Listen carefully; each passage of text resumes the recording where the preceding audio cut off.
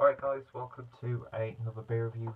Going over to Sweden, to the Omnipollo brewery, and looking at the Nebuchadnezzar, which is an Imperial India Pale Ale, clocking in at 8.5%.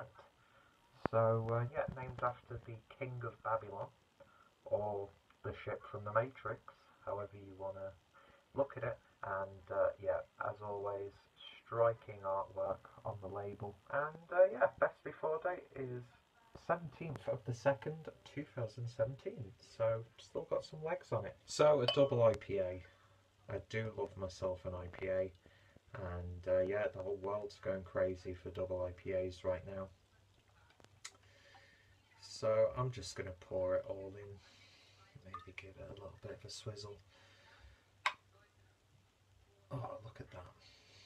Beautiful stuff. Hopefully that came out okay on camera. So, beer in a glass, and that is a lovely orange, a little bit paler at the bottom, a little bit darker at the top. Slight golden hues coming through. You can't see through that at all. Nice and hazy.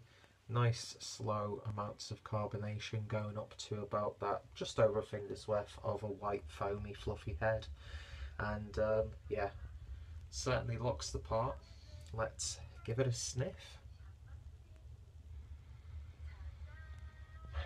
And it's actually a little bit more reserved than I thought it would be. But you are definitely getting that hop character. Not too sure what the hop build of this beer is. I should have looked it up before I did this review, but I had a quick look on the commercial description on Rate Beer, and I think this is essentially like a souped up version of the homebrew that Hennick did. So it's like an adaptation, I believe. I could be completely wrong with that, but yeah, lovely like zesty, citrusy notes. Very, very tropical when you get in there. Lovely grapefruit aroma. Definitely picking up a lot of orange in there as well. In fact, a lot of orange, blood orange characteristics. I do enjoy blood orange. I do get some slight resiny notes in there as well. And of course, I'm getting almost like a slight caramel malt aroma as well. But you do get quite a bit of malt character in this beer, as you would expect at 8.5%. I mean, you're not really picking up any alcohol on the aroma, so yeah, it smells lovely. It's just, I was expecting it to be a little bit more, you know, punchy, in your face, but it's actually not. It's a little bit more reserved, but when you do get your nose in there, it's absolutely wonderful. And it's one of those beers that you could just smell continuously all day. Anyway, let's see how it tastes. Cheers.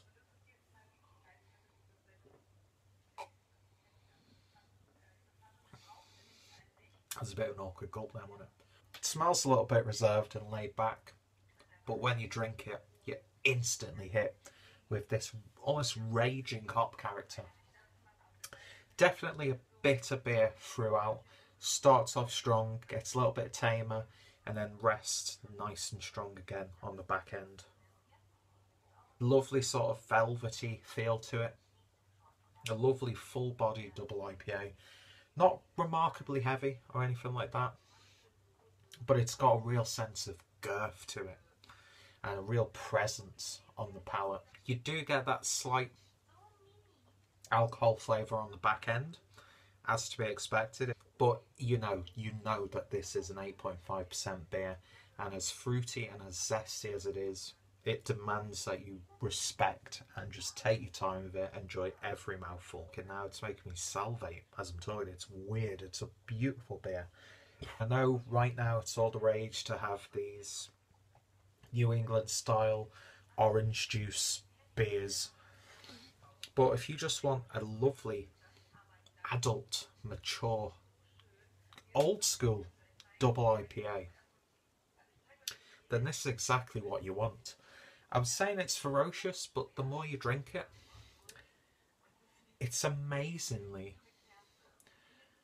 what's the word I'm looking for? I don't want to say delicate, because it's far from that. It's got a bite to it.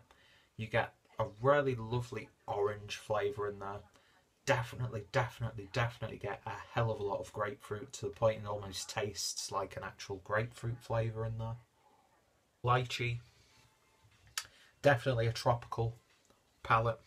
What? Definitely a tropical flavour profile. But yeah, as harsh as it can be, so drinkable. And I could definitely see why this beer is so highly regarded as it is. I mean, Omnipollo producing some, you know, what insane beers. But it's good to see that they can still produce like old school favourites, reliable examples of the style. I mean, the Zodiac IPA to me was like a great throwback sort of IPA to a couple of years ago.